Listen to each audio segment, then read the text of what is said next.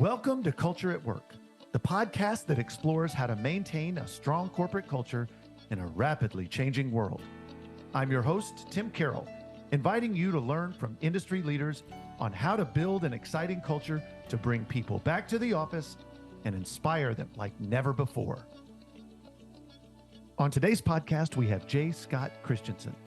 Scott is an associate teaching professor of management at the University of Missouri, where his interests are focused on the impact of emerging technology on society and geopolitics. Prior to joining the college, he was an entrepreneur with decades of experience in video conferencing technology, project management, and information technology.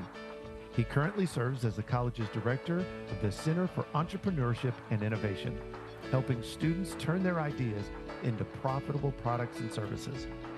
This is a great conversation around AI and the impacts on the workplace. So let's get right to it. Scott, thank you so much for joining us today. I'm very excited about this conversation because it's a topic that is very relevant today. Everyone seems to be talking about this from Chat GPT to everything else that's out there. But I just want to let's first just start with, if you could give us just a little overview of kind of what you do relative to AI and AI research and what that looks like for you on a day. Yeah, sure. So I'm a teaching professor at the University of Missouri, and I also run our Center for Entrepreneurship and Innovation. I'm a little bit of a non-traditional faculty member. I'm not a research faculty member. I ran my own business for many years and had a lot of interest in emerging technologies. And obviously, when you run an IT business, you got to kind of keep up with things. Things change very rapidly. So I tried to bring that into the classroom as well. And I've actually been talking about AI and machine learning in my classes for quite a number of years before things kind of blew up with generative AI. But AI of all sorts has been seeping and creeping into our lives. So for example, about 3 years ago, I started getting these notifications from Microsoft at I forget what their AI was called at the time, but it basically was reading my emails and saying, hey, you sent an email to Tim 3 days ago about getting together to lunch. You wanted me to put that on your calendar? And I started realizing this thing is reading all my emails to my students. And I was upset about this because I could turn off the notifications, but I couldn't turn off the AI, right? And so it's creeping into our lives in lots of different ways. I'm frankly a little bit worried that we've all gotten distracted. We've gotten distracted by this, kind of magical force that is generative AI that seems very magical to us right now, and it's pretty fantastic to try things on it. But I'm a little bit worried that there's this whole other form of AI and machine learning that's starting to decide who gets into college. It's starting to decide who gets to go to graduate school, starting to decide whose papers get accepted, starting to decide who gets to live where. So it's a wild west right now. So yeah, I mean, look, what you say is true about the email thing, because I had that same thing happen to me. I wasn't even thinking it was AI. So you said you've been dealing with this or teaching about this for years. How many years have you been talking about it? Because it seems like to, Joe Schmo like myself, that this just out of nowhere came out like a rocket. But it sounds like this has been a slow burn that we just didn't even notice. It's been a slow burn for quite a while, but large language models have definitely made a breakthrough in the past couple of years. My students, I have one student that was in actually Romance languages, and he's been using OpenAI's GPT model since it was version 2. And we were able to get a research access to that. And it was pretty interesting then. He would feed in, he was studying a type of Latin American literature. So I think it's called fantastical fiction, but it basically is a magical fiction, sorry. Magical fiction. So imagine Harry Potter, but with a little bit less of a wizarding world, but those things happening in our own world. And this is a genre that's especially prominent in certain areas of Latin American literature, and he would feed it in to this model and actually get text out that would like write another short story as if it was from this long dead author. And so it's been around for a while, but I think even OpenAI was not prepared for the response that GPT-3 got when it was released. I mean, I read something about it for the first time maybe a year ago, Yeah. and I felt like in my circle, I was one of the first to even know what this chat GPT thing was. And a week later, it felt like everybody in the country knew what it was. It was pretty crazy. So you deal with, so you teach in innovation at the Innovation Center. I'm assuming entrepreneurs and people like that want to go and build businesses. So let's go into the workplace a little bit with this conversation and start with the question I ask everybody to start with, which is how do you, and I'm taking this somewhere, I promise, but how do you define culture? Well, I think culture is a set of norms of behavior, and they're also usually articulated or in different cultural artifacts, we might say, that we have around the workplace. It's very interesting to me at the university, and I don't want to diss on my university too much here, but let's just say that this is a common thing in higher education, that you sometimes see a espousal of a certain culture that we want to have. We're about student engagement and things such as that. But then you have the actual artifacts, the actual what you do, that maybe don't indicate that. Maybe we are more about, being important looking or sounding important or something like that. So it's very interesting to me, coming from a small business perspective, to see a culture here, what its behaviors are, what it rewards. Okay, so higher education doesn't reward risk that much, right? So if you try to research experiment and you're like, it didn't work, I didn't get any publications out of it, they're not going to be say like, okay, Tim, that's great, here's tenure. So, right. So, it's a very interesting culture to me, coming from the outside. And not to, like I said, diss on it. It's done a lot for our society, but that's the way I kind of define culture. So I'm not a ethnic, haven't really studied this to great degree, but Yeah, well, I mean, it's interesting because I mean, it is workplace culture. It's universities can have a culture, even within its student population, and we talk about it a lot. But it's typically an agreed upon set of behaviors created by and maintained by the employees or the students or the faculty or the whomever it may be, and the espousal from the higher power doesn't necessarily reflect what it truly is because they're not the ones dictating it. They may try to define it, they may try to help it, but it's not them that's doing it. It's the employees or the students or the faculty, right? yeah, and faculty are very odd because this comes out of the medieval guild system. So they supposedly have self-governance of the faculty system. So they don't tend to like it when you tell them what to do.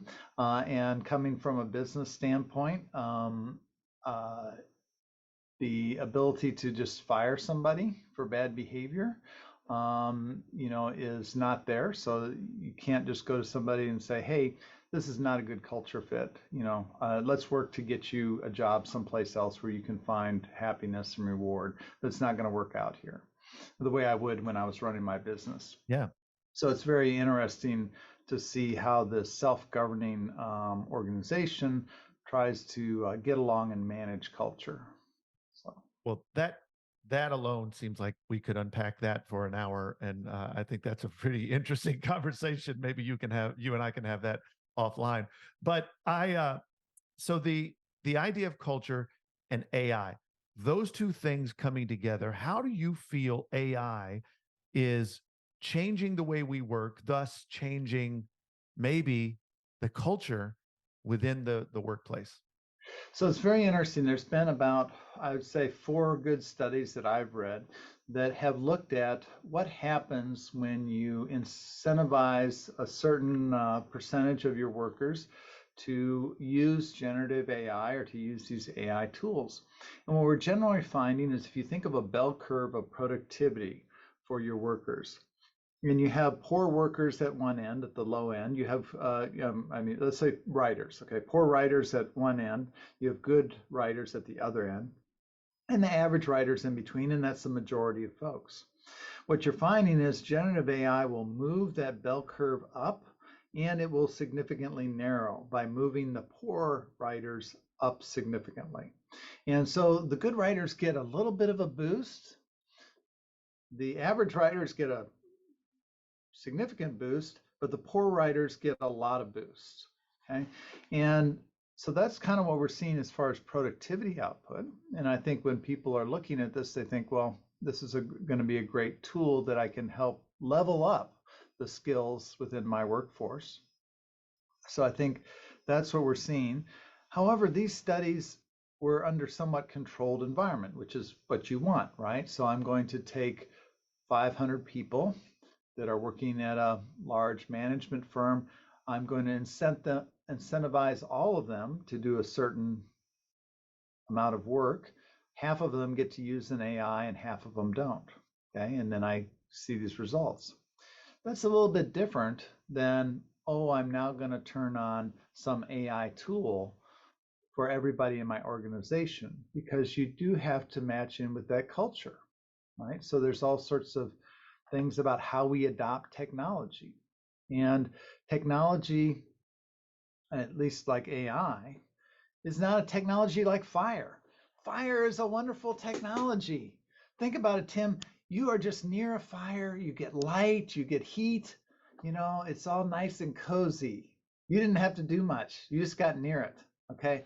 That's not the case with these tools. Okay. And I think that there's going to be a lot of hesitancy to use some of these tools. There was another case that looked at some radiologists, and I'll provide you with these links so you can put them in your show notes as well to these studies. Thank you. And they took an AI that was better than 2/3 of radiologists. So it was a well-trained, not generative AI, but a machine learning algorithm that would identify from X-rays a certain disease.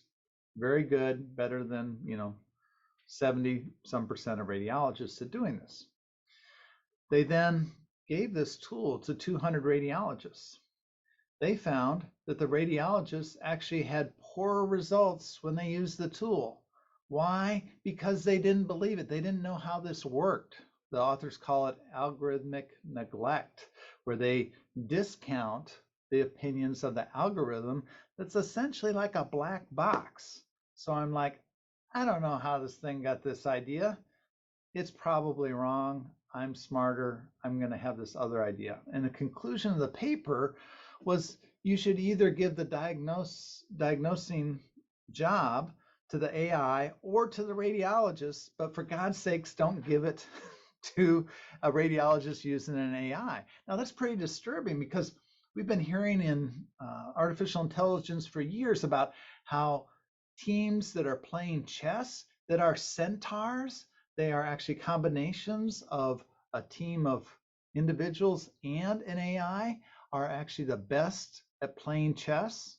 They will beat just machines alone, and they will beat just humans alone. So these centaurs, as they're called, are the best of both worlds. You have human judgment and you have the analytical pattern recognition capabilities of a computer. So we were kind of biased in thinking like, oh, these centaurs, that's the way things are going to work. And now it's like, okay, wait a second. Maybe, especially in some workplaces, there may be a culture that's going to be difficult to deploy these tools in. I'm not saying that's true for all workplaces, but certainly the medical profession has a certain culture as well, right? Absolutely. And Centaur sounds like science fiction. Centaur sounds like something from Star Wars or Star Trek, that just a made up thing, but it's real, huh? That's interesting. Yeah.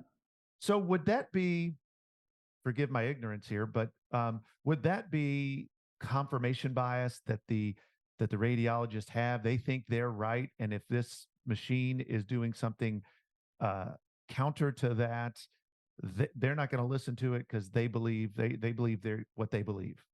There was the authors also go into the fact that the radiologists, since they didn't really understand how these algorithms work, were assuming that the algorithm was using different data points than they were. Okay, but actually they were very much in alignment. Um, and so yeah, it's just kind of a discounting. It's kind of like what we see with political beliefs, right? So if I happen to be on the far left, and let's say Trump says something that's really good, I'm going to discount that, right? In the same way, if I'm on the far right and Biden says something that's really good, I'm going to discount it. Okay, so it's kind of interesting. There's an information bias. So you would think that, oh, all I have to do to convince Tim he's wrong about subject A is to give him more information. It turns out that the more information you give Tim about how he's wrong, he's going to discount that and he's going to overweight counter arguments. Okay, so it's very hard. It's actually fairly easy to convince some people of something that's false, but it's very, very hard once that belief is established. And this goes across the political spectrum. Okay, it's not, you know, like Sure. again, on one side or the other. It's very, very hard to convince somebody that their beliefs are wrong. There's certain ways you can do that, but it's very difficult. Yeah, there's a great New York Times op-ed recently that speaks specifically to that very topic of um, Trump and political parties and the message versus the messenger and all of that, which was very interesting. So, as it relates to work, so we talked about AI and healthcare, which is a whole topic in itself, but in the workplace and in education, we're all hearing these things about what's happening with AI writing um, uh, papers and everything for students and and professors trying to catch that in the workplace. Look, I have said for many years there's a deficiency in the ability to write proper and good quality emails, and it Yeah. feels like it's getting worse. Um, and as someone who prides themselves on structure and quality of emails, it's disturbing to me. It feels like AI could help with that. Um, eh, but take that topic versus what's happening in education as it relates to the writing and AI. Um, yeah, I think it can help. A lot of poor writers become better writers. Grammarly, I recommend all my students get the pro version of Grammarly. I've been using it for years. I run my emails through it. And I have gotten better at writing uh, because I will sometimes not include my antecedent. This is not what we want. This what? You know, you mentioned five things above. It's a real-time teacher, right?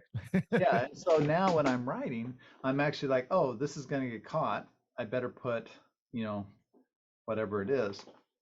So I think you can learn from these things. For non-native English speakers, it's a really good way for them to help learn, help increase the creativity they're writing. I'm sure if you've ever tried to write something in a foreign language, you're probably like me, and it's all like, boy, run there, girl, run there. It's very, I just don't do that at all. I don't even try yeah, it. fifth grade level, Scott want pizza type thing. And so for our non-native English speakers, it can be a great help, and it can teach them more about how to describe things better, to tell their stories better. Um, so I think as far as in the workplace, I think one of the main concerns that I'm seeing right now is where's this data going? That's one of the big things. So, okay, Tim, you're writing an email to Scott to acquire his company, and you're negotiating terms. Now you just upload this in ChatGPT. Okay, does that now mean that you have trained that AI to now, if I was to inquire and say I want to um, write a contract similar to those that were done by Tim? Is that going to now spit out to one of my competitors? Where's that data going? Who owns that data? Has Tim just, disclosed something that's proprietary or private? So that's one big issue. The other thing is that over 15% of the top 1,000 websites have actually blocked ChatGPT, Claude, Bard from crawling their websites. Okay, for several reasons. One, if I want to That's what control, crawling websites mean. basically sucking in your website into their database. Okay.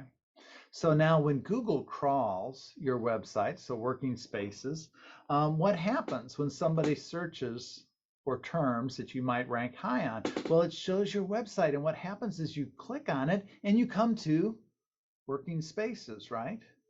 And Right. you control that interaction. You have a pop-up there, you want a newsletter, you want to listen to that fantastic podcast that Prof C was on, all that kind of good stuff. What happens if just the information that's on your website gets incorporated into ChatGPT? It doesn't bring you to your website. It doesn't drive traffic to you. That doesn't help you in any way. And in fact, it might hurt you. It might represent your brand in a way that you don't want to be represented. Okay. So some people are estimating that those top 1,000 websites, most of them are publishers or people that are selling something or companies that are selling something, that probably 85% of them will block that. Okay. So we're going to start to see a more limited data set coming into these systems.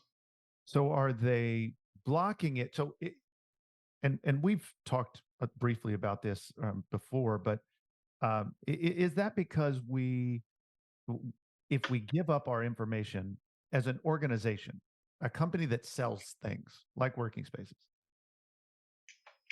our competitors could go and figure out, how do we sell against them? What do we do that they don't? What highlights? How do we highlight what we do versus what they do? And that just gives them kind of a playbook, right? Yeah, and you could do that, right? You could, as an analyst, sit down and make a matrix and try and figure all that out, and that's what competitors do. But the ability to do that in 15 seconds is Right. kind of a whole different deal. You might also have things about how you work internally that I could divine from combing through your website. Some proprietary or what we might call a trade secret about how you do business. Now, maybe a great analyst could do that, but it would take them a long time. But I certainly don't want one of these large language models to let me in on some secret about how you're doing business. So I think there's multiple reasons why companies are going to say, this really doesn't have any advantage to me. I'm not getting anything out of this. I'm going to just block it. So do you think that, I mean, this is a trite question, but I think some people do believe this.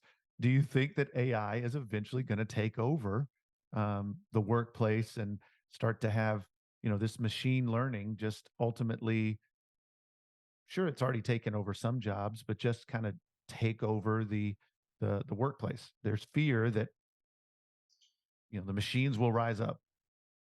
Um, no, I don't think so. But I think if I had certain functions that were very formulaic, if that was my job, my job was to write Instagram posts for a company, I would probably be a little worried because I could feed all the previous Instagram posts for this company that were effective into these LLMs. Say, use this as an example. Now write 100 posts about these topics, and I'm going to upload a spreadsheet for you. and you could get all that work done in an hour or two, or maybe a minute or two. And so there's certain jobs that are certainly going to be affected, but I would say that um, I think it's going to change the nature of work. One of a good book that I'd recommend that's on the subject of medicine, which you talked about earlier, is called Deep Medicine by Eric Topol. And in that, he thinks that the jobs of radiologists, the practical work of reading an MRI or X-ray is going to go away.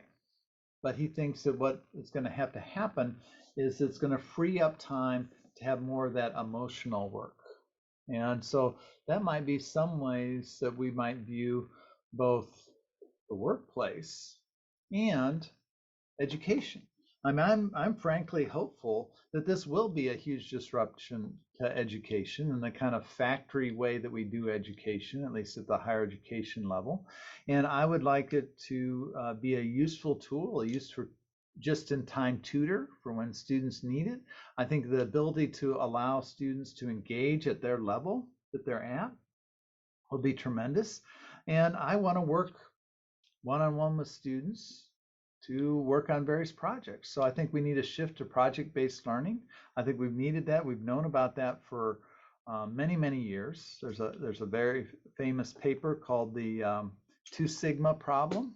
And that was by Benjamin Bloom. And he basically showed that, remember that kind of distribution as I was describing for workplace Right. productivity. The same sort of thing as in the classroom. It's the same sort of, here's the bell curve for your students. Well, what we know is if you do very intensive tutoring for students that is by a good tutor, a tutor that knows how to tutor somebody. So I'm not going to tell you, Tim, no, you did it wrong. Here's the right answer. I'm going to say, oh, boy, it looks like Tim doesn't quite get this concept. Let's back up a little bit and do some exercises till he gets comfortable with that and then move forward. Okay? That's a kind of a good tutor. Yeah. We know that that bell-shaped curve can narrow significantly and once again move up. So we can take below average students and turn them into above average students. We can take average students and turn them into high performing students. We've known that for decades. Okay, but we have not been willing to spend the money and the time to do that. Okay, that's my I'm not, I'm speaking on my own soapbox here, but that's the way I see it. And we know what we need to do for education. Education is not about information transfer. It is a social process. Okay. If it was just about information transfer, Tim, we would both be billionaires and have six-pack abs because the information's out there. Very true. We're going to break away for just a quick message, and we'll be right back after this. At Working Spaces, we do much more than just sell furniture.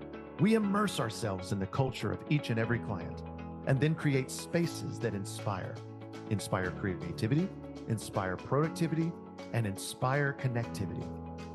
So if you're looking to create an office space that inspires your employees to want to come back to the office, collaborate face-to-face, and do their best work every day, contact Working Spaces. Working Spaces, the innovative leader in office furniture and design since 1999. Now in 6 markets nationwide. Welcome back to Culture at Work. So this is not new.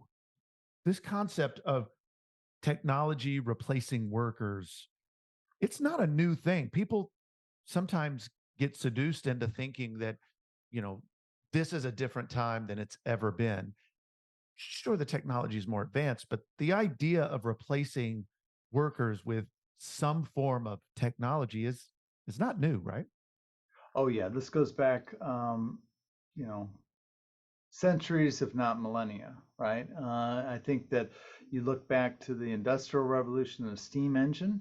There were many places in Europe that did not want to industrialize because the kings and ruling class did not want to see workers displaced. The only place it really worked well was in Great Britain, where the elite had kind of captured the political power in the country, and were able to put down the workers in a lot of ways. So troops were called out to put down workers that were protesting or smashing looms or doing things like that. But if you actually look at the how that technology was distributed, it was not equal across Europe. They did not just industrialize or adopt the loom or steam power all at the same time. And I think we're going to see something similar. I think in the US, there are some wage pressures in certain areas. So I think you will see adoption of AI. I think if you were to take automation technology into some countries where they're experiencing a 50% unemployment rate, you would probably have your little robot destroyed in a few seconds. So just like the weaving looms, right? Yeah, and again, heard you say before, would have hated to be the guy, who used to light the lamps around town before the light bulb Electric light came. bulb, yeah. Yeah. Yeah. So the whole thing is, as a society, light has moved us forward. We could say that was a job creating technology, but it did suck to be the lamplighter, right? So that's what we're kind of grappling with. Yeah, the AI may, move humanity forward, disease, prevention and cures may be an amazing technology, and humans may be so much better off 60 years from now. But what's it going to be like in the next 5 years, right? And so that's what we're kind of struggling with, is how can we kind of do this a little bit better than we've seen in times in the past? How do you feel AI can help or hurt culture, employee engagement, things of that nature? How do you feel this technology can help or hinder that process? Because everybody's looking for culture these days. Everybody you ask anybody who's looking for jobs or whatever, it's like, I want to be with a place that has a good work culture, um, organizational culture. And so, how is AI going to help that, or do you feel it's going to eventually get in the way?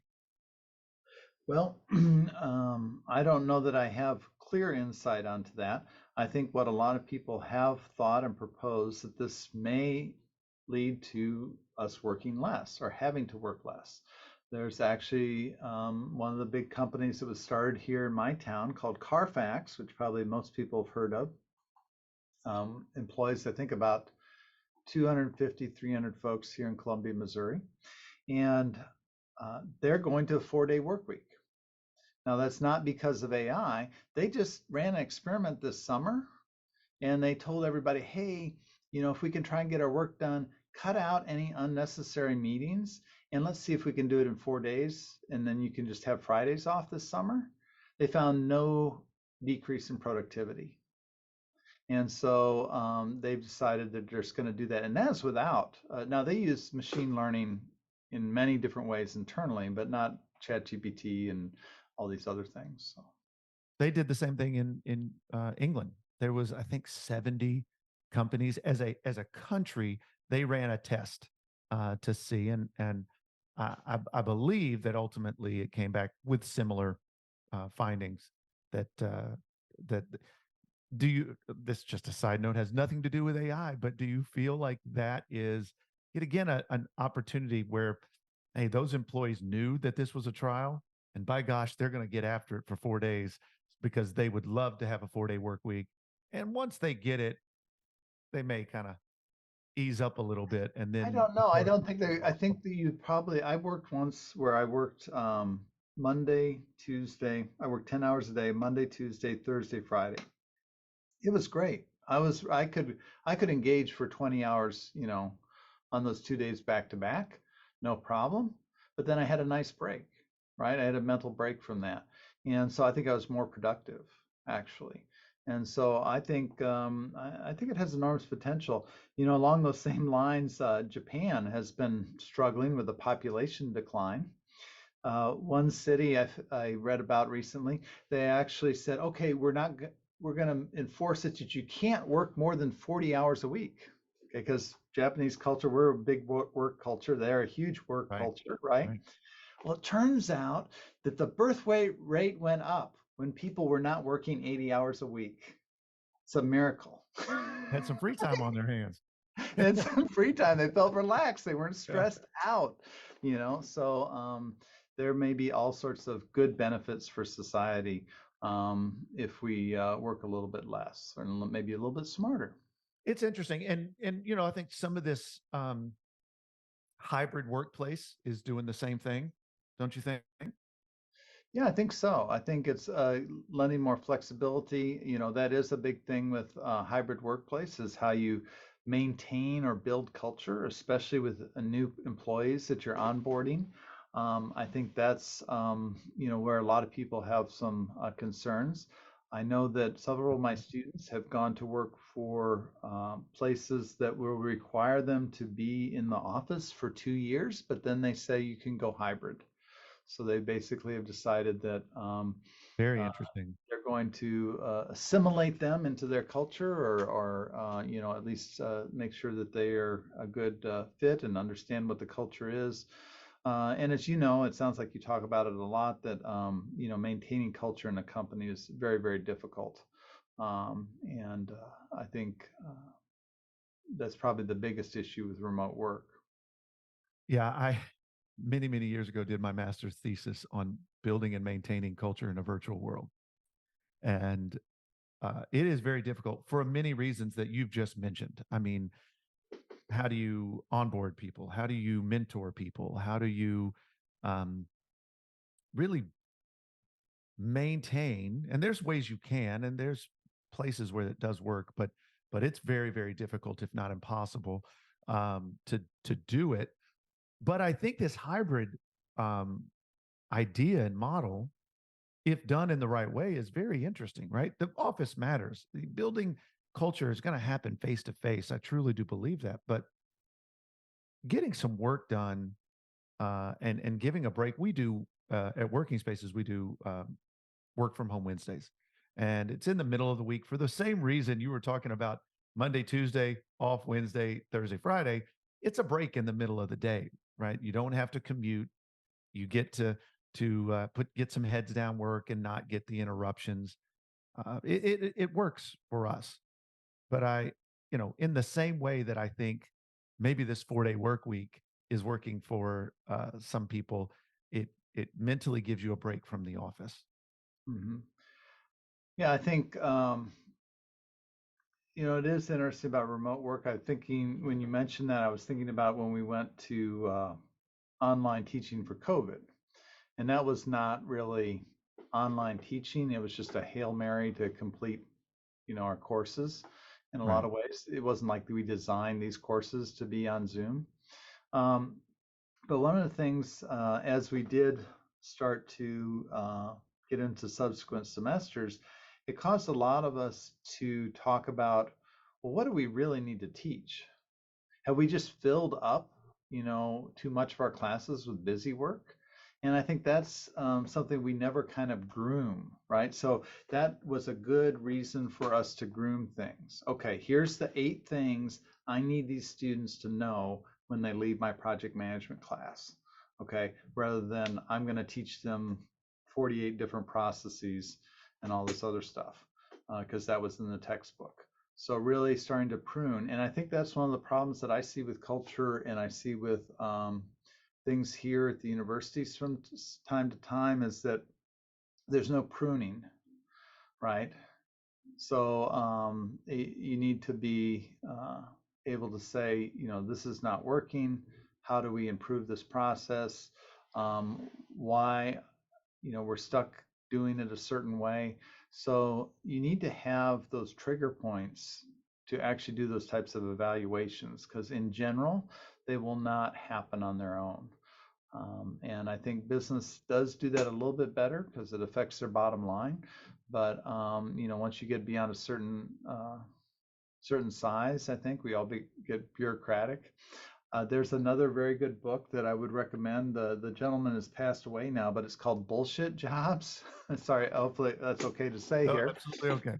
Uh, um, and Sounds like an interesting book. it's a very interesting book. And he talks. He's a sociologist, And I think, or maybe an anthropologist, but I think you would find it very interesting. I think your listeners would find it interesting. But one of the things he talks about is what are the things that are bullshit jobs?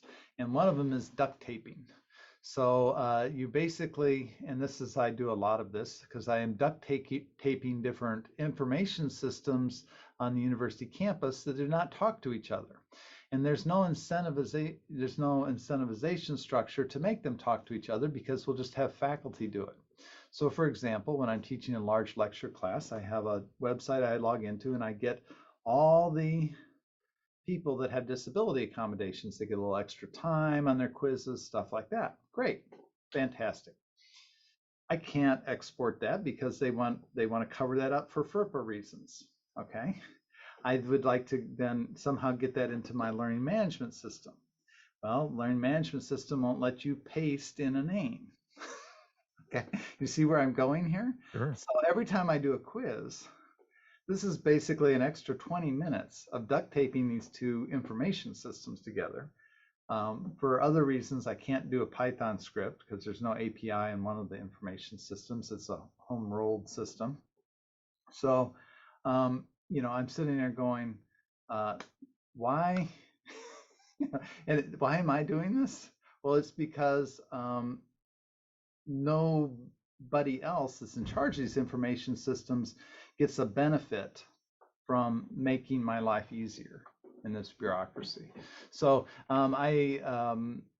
unfortunately, that book has made me recognize the bullshit aspects of this job, sometimes a little bit more, and probably I feel a little more resentful now. So.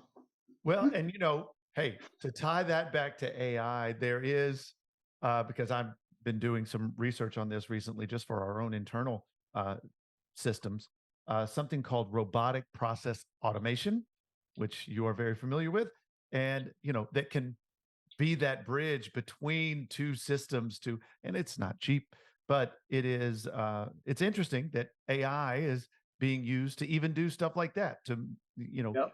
bridge those two systems.